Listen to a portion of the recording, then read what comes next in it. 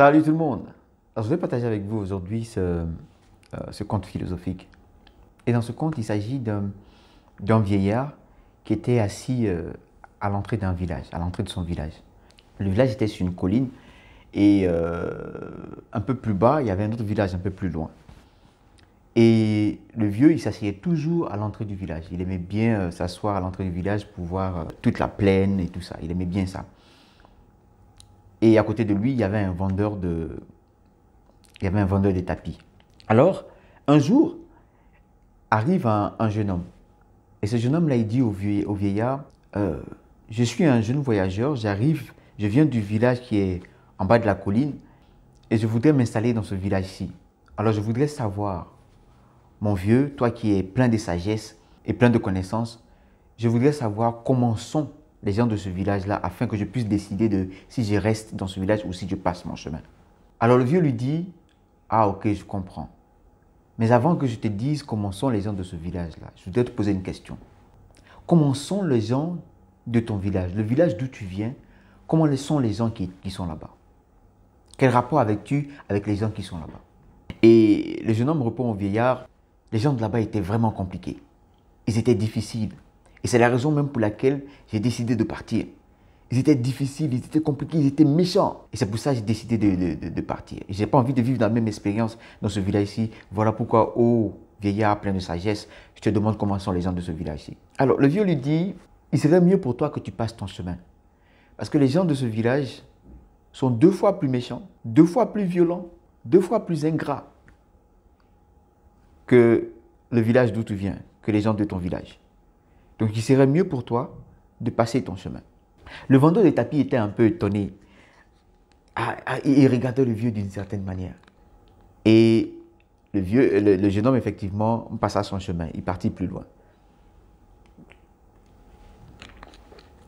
Quelques jours plus tard, un autre jeune homme s'approche du vieux et dit au vieux, « Oh, vieil homme, plein de sagesse, je suis un jeune voyageur, je viens d'un village lointain. Je voudrais savoir comment sont les gens de ce village, afin de savoir si je passe mon chemin ou si je reste dans ce village-ci. » Alors le vieux répond à cet autre jeune homme, « Je comprends ta requête. Mais avant de répondre à ta question, jeune homme, je voudrais moi aussi te poser une question. Comment étaient les gens du village que tu as laissé? » Le jeune homme lui dit, « Ils étaient tellement gentils, tellement bons. Et c'était tellement difficile pour moi de quitter le village et d'entamer mon voyage. Ils sont tellement, oh, ils étaient tellement gentils, tellement reconnaissants. Tout le monde voulait toujours m'apprendre quelque chose. Tout le monde voulait toujours m'offrir quelque chose. Et j'ai eu le cœur vraiment déchiré de partir. J'espère rencontrer les gens comme ça dans ce village-ci. Voilà pourquoi, oh, vieillard plein de sagesse, je te pose cette question. » Alors le vieux lui répond, « Les gens de ce village-ci sont 2 fois plus gentils, 2 fois plus généreux, 2 fois plus aimables que les gens de ton village. Alors il serait bien pour toi que tu restes dans ce village. » Quand le jeune homme part, le vendeur de tapis est tellement étonné, s'adresse au vieillard et lui dit, « Mais comment à ton âge, tu peux manquer de sagesse autant? Comment tu peux faire 2 poids 2 mesures? Il y a un jeune homme qui est passé ici il y a quelques jours, qui t'a posé la même question et tu lui as donné une réponse différente. Comment tu dis à celui-ci de rester et tu dis à l'autre de passer son chemin? Comment à cet âge-là on peut être si méchant et si ignorant? » Et le vieillard répond au vendeur de tapis en disant ceci. « Chacun de nous porte en lui son univers. Et il retrouvera cet univers-là en tout lieu où il ira. » Le premier jeune homme qui a demandé disait que tout le monde était méchant dans son village. Ce qui est impossible. Tout le monde ne peut pas être méchant dans un village. Bien évidemment, ce que le vieux essaie de dire, c'est qu'il va trouver tout le monde méchant partout. Le second jeune homme a trouvé tout le monde gentil dans son village. Évidemment, tout le monde ne peut pas être gentil dans un village. Qu'est-ce que le vieux essayait de dire en disant que chacun de nous porte en lui son univers et le retrouve en tout lieu? Ce que le vieux essayait de dire, c'est que notre vie, la vie que nous vivons, là, la vie que nous avons partout au quotidien, là, c'est le reflet de ce qu'il y a à l'intérieur de nous. C'est ce qu'il y a à l'intérieur de nous qui réjaillit à l'extérieur et qui constitue notre vie, la vie dans laquelle nous sommes. Pardon. la même expérience m'est arrivée une fois. Alors que je marchais avec un ami, on se baladait, je pense, je ne sais plus où on allait. Et là où on passait, il y avait un groupe de jeunes hommes à côté qui étaient en train de discuter. Et juste au moment où on est passé au niveau de ce groupe de jeunes hommes-là, ce groupe a commencé à rire. Ils étaient en train de se marrer, ils étaient en train de rire aux éclats. Et moi, je me suis dit, waouh, ça me rappelle mes potes en Afrique. Quand on se retrouvait, on avait toujours quelque chose à dire, toujours quelque chose à partager pour se marrer. Et ça me faisait tellement plaisir que je leur ai fait un thumbs up, un signe du doigt en leur disant bonjour en même temps. Mais mon ami, il a eu subitement le visage serré. Il s'est subitement mis en colère, il les a regardés, mais vraiment méchamment, mais sans dire bonjour. Et quand nous sommes allés un peu plus loin, il me dit, mais pourquoi tu lui as dit bonjour? Si ça se trouve, ils étaient en train de se moquer de nous. Je lui dis, mais qu'est-ce qu'on a fait pour qu'ils se moquent de nous? Je vous raconte cette petite histoire pour vous dire quoi? On s'est retrouvés tous deux dans la même situation. Deux personnes dans la même situation. Une personne a ressenti quelque chose de bon qu'il a partagé avec les gens autour de lui. Et une autre personne, dans la même situation, a ressenti quelque chose de mauvais qu'il a fait souffrir, qui lui a fait mal, au point où il a voulu faire mal aux gens. Ce qui fait la différence dans cette situation-là, ce n'est pas la situation extérieure, mais c'est ce qu'il y a à l'intérieur de chacun d'entre nous. Je fais cette vidéo pour te faire comprendre deux choses qui sont très importantes, si tu veux, qui seront très importantes dans ta vie. D'abord, premièrement, pour toi-même. Ce qu'il y a à l'intérieur de toi va constituer ta vie.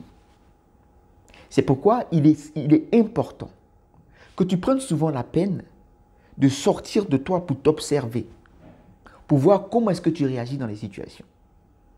Parce que ta réaction n'est rien d'autre que ce qu'il y a à l'intérieur de toi. Je ne sais pas si vous connaissez cette histoire de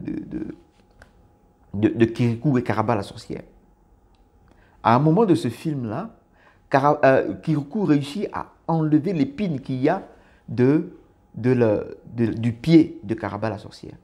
Et Karaba la sorcière qui créait tant de problèmes, tant de misère à tout le monde autour d'elle, subitement change. Devient une femme heureuse, une femme compatissante, une femme qui a envie de rencontrer les autres, alors qu'auparavant, elle s'enfermait dans sa tour. Et qu'est-ce qui s'est passé avant? Karaba partageait à l'extérieur d'elle la douleur qu'il y avait à cause de l'épine qu'il y avait dans son pied. Et c'est comme ça. Ta vie sera toujours le reflet de ce qu'il y a à l'intérieur de toi. Alors, si tu veux que la vie à l'extérieur soit une vie paisible et une vie belle, il faut que tu trouves le moyen de rendre ton intérieur paisible et beau d'abord. Ça, c'est le premier point. T'observer toi-même pour que ta vie à l'extérieur de toi soit le reflet de ce qu'il y a à l'intérieur de toi. Donc, faire le ménage à l'intérieur. Deuxième chose que je voudrais que tu comprennes dans cette vidéo, c'est les gens qu'il y a autour de toi. Les gens qu'il y a autour de toi viennent à toi avec ce qu'il y a à l'intérieur d'eux. Et la vie qu'ils vont partager avec toi sera le reflet de ce qu'il y a à l'intérieur d'eux. On trouve la même situation dans le boulot. Quand on fait un entretien d'embauche, c'est pour voir qu'est-ce que l'individu va apporter à la société. Et tout ce qu'il va apporter à la société n'est rien d'autre que ce qu'il y a à l'intérieur de lui. C'est pourquoi, durant l'entretien d'embauche, le recruteur va observer ta communication verbale, ta communication non verbale. Tout ceci dans le but de voir qu'est-ce qu'il y a à l'intérieur de toi que finalement tu vas apporter à la société. Est-ce que c'est quelque chose de bon qui est à l'intérieur de toi? Donc quelque chose de bon que tu vas apporter à la compagnie? Est-ce qu'il y a quelque chose de mauvais à l'intérieur de toi? Donc quelque chose de mauvais que tu vas apporter à la compagnie. C'est la même chose quand tu décides de te marier. Est-ce que tu fais attention de voir ce qu'il y a à l'intérieur de l'autre? Parce que finalement, c'est ce qu'il y a à l'intérieur de l'autre qu'elle ou il va apporter dans votre mariage. C'est inévitable. Donc, dans tes relations aussi, il faut essayer de comprendre ce qu'il y a à l'intérieur des autres avant de les mettre dans ta vie, parce que cela aura forcément un impact sur ta vie. On ne peut donner aux autres que ce qu'on a à l'intérieur de nous. C'est pourquoi il est important d'essayer chaque fois de se remettre en cause, d'essayer chaque fois de s'améliorer, d'essayer chaque fois de devenir la meilleure version de nous-mêmes. Je suis Kevin Coddy et c'est un plaisir pour moi de partager ces vidéos avec vous. Et sur cette chaîne, nous partageons nos idées, nos connaissances et nos expériences dans le but de devenir meilleurs chaque jour un peu plus. La meilleure façon de rendre ce monde meilleur, c'est que chacun d'entre nous devienne meilleur. Plaisir pour moi encore, comme tous les jours, de partager ces capsules avec vous. Je vous dis à bientôt, on est ensemble.